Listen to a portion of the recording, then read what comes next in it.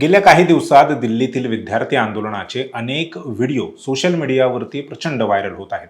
20 जुलै रोजी झालेल्या विद्यार्थ्यांच्या संसद भवनावरील मोर्चात दिल्ली पोलिसांनी विद्यार्थी आंदोलकांवर लाठीचार्ज केला. त्याचेही अनेक व्हिडिओ मोठ्या संख्येने व्हायरल झाले. या व्हिडिओमध्ये एक अतिशय संतापजनक गोष्ट पाहायला मिळाली. काही लोक साध्या वेशात हातात लाठ्या घेऊन आंदोलक विद्यार्थ्यांवर लाठीमार करत होते. जेव्हा त्यांना विचारण्यात आलं तेव्हा त्यांनी स्वतःला पोलीस असल्याचा दावा केला. या घटनेनंतर संपूर्ण देशात एक अत्यंत गंभीर आणि तितकाच महत्त्वाचा प्रश्न उपस्थित केला जात आहे की काय साध्या वेशातील पोलिसांना आंदोलकांवर लाठीचार्ज करण्याची परवानगी कायदा देतो? एखादी व्यक्ती पोलीस आहे की गुंड हे सामान्य नागरिकाने कसे ओळखायचे? आणि याबाबत भारताचा कायदा व सर्वोच्च न्यायालय काय सांगते हेच आपण आज या सोप्या भाषेत समजून घेणार आहोत. नमस्कार, मी संकेत आणि आपण पाहत आहात मुंबई आउटलुक. सर्वात आधी आपण हे समजून घेऊया की पोलिसांना साध्या वेशात अर्थात सिव्हिल ड्रेसमध्ये ड्युटी करण्याची परवानगी का असते. पोलीस प्रशासनात CID, crime branch, intelligence wing किंवा स्पेशल सेल यांसारख्या विभागातील अधिकाऱ्यांना गुप्त माहिती काढण्यासाठी, संशयितांचा पाठलाग करण्यासाठी किंवा आंदोलकांच्या संशयास्पद हालचालींवर नजर ठेवण्यासाठी साध्या वेशात राहण्याची परवानगी असते. परंतु जेव्हा कायदा व सुव्यवस्था राखण्याचा प्रश्न येतो, जसे की मोर्चे पांगवणे, सार्वजनिक आंदोलनांवर नियंत्रण ठेवणे किंवा गर्दी नियंत्रित करणे, तेव्हा पोलीस नियमावलीनुसार अधिकाऱ्यांनी आणि कर्मचाऱ्यांनी अधिकृत गणवेशात असणे बंधनकारक आहे. साध्या वेशातील पोलीस गुप्तचर यंत्रणेसारखे काम करू शकतात, परंतु ते थेट समोर येऊन जमावावर लाठीचार्ज करू शकत नाहीत. आता बोलूया या प्रश्नाच्या कायदेशीर मुद्द्याबाबत. DK बासू विरुद्ध पश्चिम बंगाल राज्य 1997. सर्वोच्च न्यायालयाने या खटल्यात स्पष्ट गाईडलाईन्स दिली आहेत.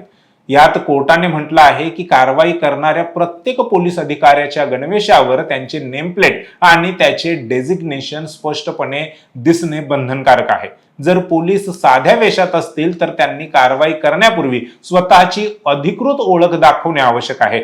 जर साध्या वेशातील कोणीही व्यक्ती हातात काठी घेऊन जमावावर हल्ला करू लागली तर सामान्य नागरिकाला तो पोलीस आहे की एखादा समाजकंटक किंवा गुंड हे कसे कळणार? यामुळे नागरिकांमध्ये भीती निर्माण होते आणि नागरिकांमध्ये स्वसंरक्षणाचा प्रश्न निर्माण होतो. भारताचा कायदा प्रत्येक नागरिकाला स्वसंरक्षणाचा अधिकार देतो. त्यामुळे ओळख न दाखवता केलेला लाठीमार हा पूर्णपणे बेकायदेशीर ठरतो. भारतीय दंड संहिता आणि फौजदारी प्रक्रिया संहिता CRPC सेक्शन 129 आणि नवीन BNSS सेक्शन 130 नुसार एखाद्या बेकायदेशीर जमावाला पांगवण्यासाठी पोलिसांना बळाचा वापर करण्याचा अधिकार आहे.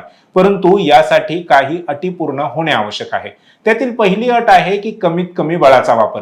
पोलिसांना आधी वॉर्निंग द्यावी लागते, त्यानंतर पाण्याचा फवारा, अश्रुधूर आणि शेवटी पर्याय उरला नाही तरच लाठीचार्जची परवानगी असते. दुसरं असं की सक्षम अधिकाऱ्याचा आदेश. लाठीचार्जचा आदेश एक्झिक्युटिव्ह मॅजिस्ट्रेट किंवा वरिष्ठ पोलीस अधिकाऱ्याने दिलेला असावा आणि लाठीचार्ज किंवा थेट बळाचा उपयोग करताना पोलीस पथक अधिकृत गणवेशात असावे, जेणेकरून अकाउंटेबिलिटी निश्चित करता येईल. सर्वोच्च न्यायालयाने रामलीला मैदान केस 2012 मध्ये स्पष्ट केलं होतं की घटनेच्या कलम 19(1)(a) आणि 19(1)(b) नुसार शांततापूर्ण आंदोलन करणं हा नागरिकांचा मूलभूत अधिकार आहे. आंदोलकांना हटवण्यासाठी पोलीस बेकायदेशीर किंवा अनियंत्रित बळाचा वापर करू शकत नाहीत.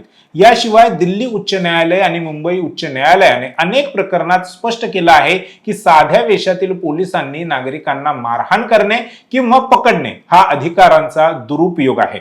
जर साध्या वेशातील अधिकारी मारहाण करताना आढळले तर त्यांच्यावर IPC कलम 323, 324 किंवा विभागीय चौकशीची कारवाई होऊ शकते. थोडक्यात सांगायचं तर साध्या वेशातील पोलिसांना आंदोलकांवर किंवा विद्यार्थ्यांवर थेट लाठीचार्ज करण्याचा कोणताही कायदेशीर अधिकार नाही. जर त्यांनी अशी कारवाई केली तर ती कायद्याची पायमल्ली मानली जाते. जर तुमच्या सोबत किंवा आसपास असा प्रकार घडला तर त्याचे व्हिडिओ रेकॉर्डिंग पुरावा म्हणून ठेवता येऊ शकतात. राष्ट्रीय मानवाधिकार आयोग किंवा राज्य मानवाधिकार आयोगाकडे तक्रार दाखल करता येते. उच्च न्यायालयात याचिका दाखल करून अशा अधिकाऱ्यांवर कारवाईची मागणी देखील करता येते. लोकशाहीमध्ये पोलीस हे नागरिकांच्या संरक्षणासाठी असतात, त्यांना घाबरवण्यासाठी नाही. साध्या वेशातील पोलिसांच्या अशा कारवाईवर बंदी घालण्यात यावी का, यावर तुमची मतं आम्हाला खाली कमेंट बॉक्समध्ये नक्की कळवा.